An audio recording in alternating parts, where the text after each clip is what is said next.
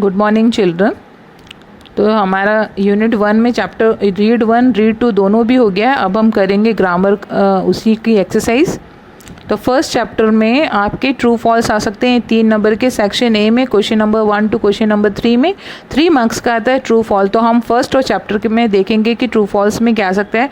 तो आप first sentence देख रहे हैं, यहाँ पे लिखा है Arunima Sinha was a national level volleyball player. तो वो वॉलीबॉल प्लेयर नहीं थी, फुटबॉल प्लेयर नहीं थी, वो वॉलीबॉल प्लेयर थी, इसलिए ये सेंटेंस क्या है अपना फॉल्स है। तो आपको इसके आगे लिखना है फॉल्स। समझ में आ रहा है? खाली ट्रू फॉल्स बताना है, सही है या गलत है, सेंटेंस सही है या गलत। तो ये सेंटेंस गलत है क्योंकि यहाँ पे दिया है फुटबॉल, मगर वो क्या थी, वॉलीबॉल प्लेयर। आगे देखेंगे हम दूसरा sentence. Ali Bhai was a traveller who covered long distance on foot in the Himalaya mountains. अभी ये सही है कि गलत, ये सेंटेंस आपको बताना है सही है कि गलत। तो ये करेक्ट है क्योंकि वो पैदल ही चल के उन्होंने पूरा हिमालय माउंटेन्स में ट्रैवल किया था। तो ये सेंटेंस ट्रू है। तो इसी तरह से आगे का सेंटेंस देखेंगे हम। Arunima conquered Mount Everest on 31 May 2013। Arunima conquered उन्होंने चढ़ाई करी थी 31 मई 2013 को। तो ये सही है कि नहीं, ये सेंटेंस गलत है। 31 मई नहीं है, 21 मई आएगा, इसलिए फर्स्ट वाला सेंटेंस क्या है, फॉल्स है ये वाला। उसके नीचे का सेंटेंस देखेंगे। Ali Bhai often paid visit to Ram Singh family. तो ये सेंटेंस सही है क्योंकि वो हमेशा साल में एक बार राम सिंह के फैमिली से मिलने के लिए जाते थे। ऑफन पेड विजिट यानी कि वो हमेशा जाते थे, यानी साल में एक बार तो उनकी विजिट। तो ये सेंटेंस क्या है, ट्रू है।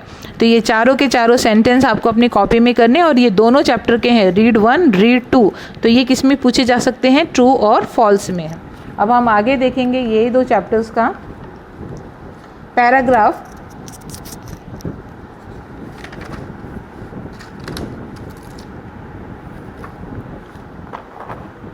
तो ये आपका यूनिट 1 का रीड 2, यूनिट 1 का रीड 2 है। इसमें पैराग्राफ पूछे जाते हैं, पैराग्राफ के आधार पे आपको करना होता है।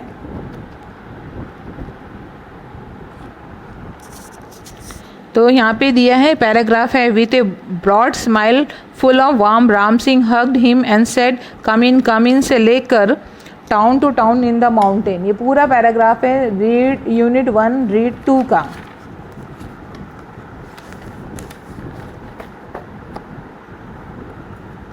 तो वहाँ से लेकर ये selling drives apricot herbs medicines collected during the travelling, ये पूरा का पूरा आपको पैराग्राफ को रीड करना है 2-3 बार। और इस पैराग्राफ में से 2 क्वेश्चंस दिए हुए हैं।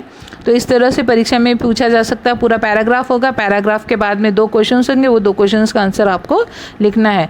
तो how can you say that Ali Bhai was not a stranger in Ram Singh family. Ram Singh की फैमिली में वो अजनबी, स्ट्रेंजर यानी कि वो अजनबी नहीं थे। तो वो अजनबी नहीं थे क्योंकि वो हमेशा साल में एक बार उनके घर पे विजिट करते थे।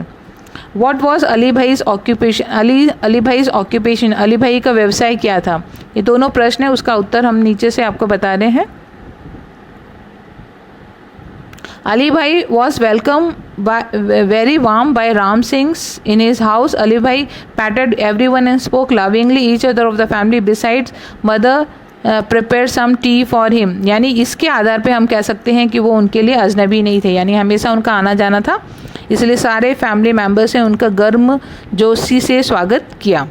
आंसर 2 का है Ali Bhai went from village to village town to the mountain and sold dried apricot herbs medicines and precious stones. तो ये सेकंड का आंसर है। इसी चैप्टर का हम दूसरा पैराग्राफ देखेंगे। What were the cups doing से लेकर the mother is very furious when she is with cup. तो आप लोगों को अभी 11वीं में आए हैं, तो आपको ऊपर में लिखना है कॉम्प्रीहेंशन, और ऊपर की पूरी लाइन और नीचे की एक पूरी लाइन लिखेंगे, बीच में डैश डैश कर देंगे। उसके बाद में ये दोनों क्वेश्चंस आपको अपनी नोटबुक में लिखना है। ये सब क्लास वर्क की नोटबुक में लिखेंगे, ग्रामर में नहीं लिखना है। ये पूरा आपका कॉपी के अंदर होगा, क्लास वर्क की कॉपी के अंदर।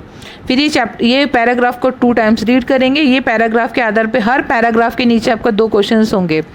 ये आपका पैटर्न है सेक्शन ए में पूछा जाता है। So what was fun for the writer, उनका फ़न क्या था। And what was the writer worried about, उनको किस चीज़ की चिंता थी, मतलब तो watching the cubs of leopard playing joyfully was the fun of the writer, मतलब बच्चों को देख रहे थे, लेपर्ड के बच्चों को वो खुशी से खेलते हुए देख रहे थे, तो वो उनको बहुत अच्छा लग रहा था, वो उनको बहुत अच्छा लग रहा था।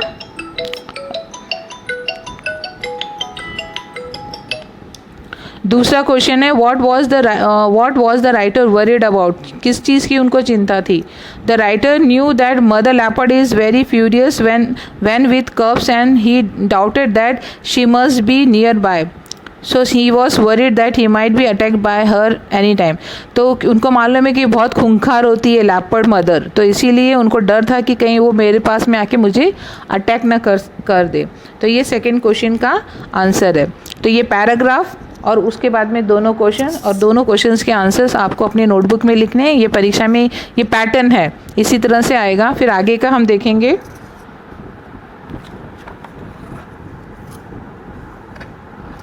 ये एडिटिंग टेक्स्ट में आएगा, सेक्शन डी में क्वेश्चन नंबर 40 का 3 मार्क्स का editing.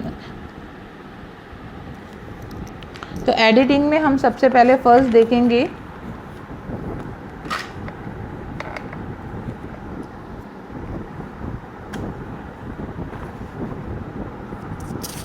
My eyes were closed and my mind was awoke. I remember anyone saying if Bareilly would come after some time।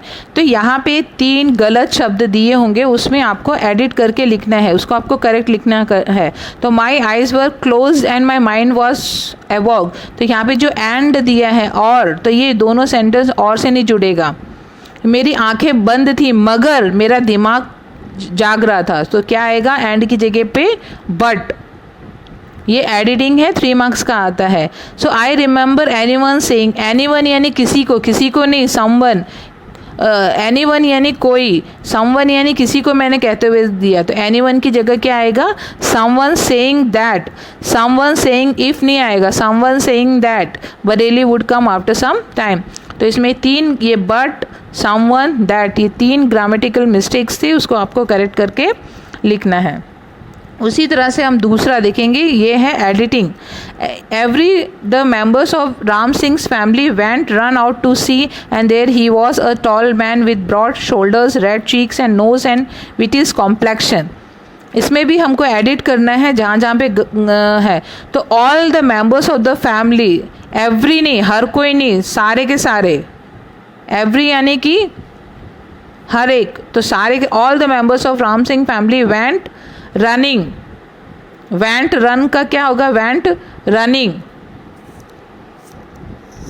Out to see and there he was a tall man with broad shoulders, red cheeks and nose and with his complexion नहीं, complexion गेहुआ रंग का था, उसका complexion कैसा था विटिस यानी गेहुआ, तो ये आएगा कॉम्प्लेक्शन। तो इस तरह से आपको ये पैटर्न बता दिया है मैंने, परीक्षा में इस तरह से पूछा जा सकता है अभी। तो मैं आशा करती हूँ कि आप लोग अपनी तैयारी करेंगे और जो कुछ भी मैं पढ़ाती हूँ वो सब आपको अपनी नोटबुक में लिखना है, डेट डाल के। जिस दिन स्कूल खुलेगा डेट वाइज ही आपकी सारी कॉपी चेकिंग होगी, ठीक है। बाय।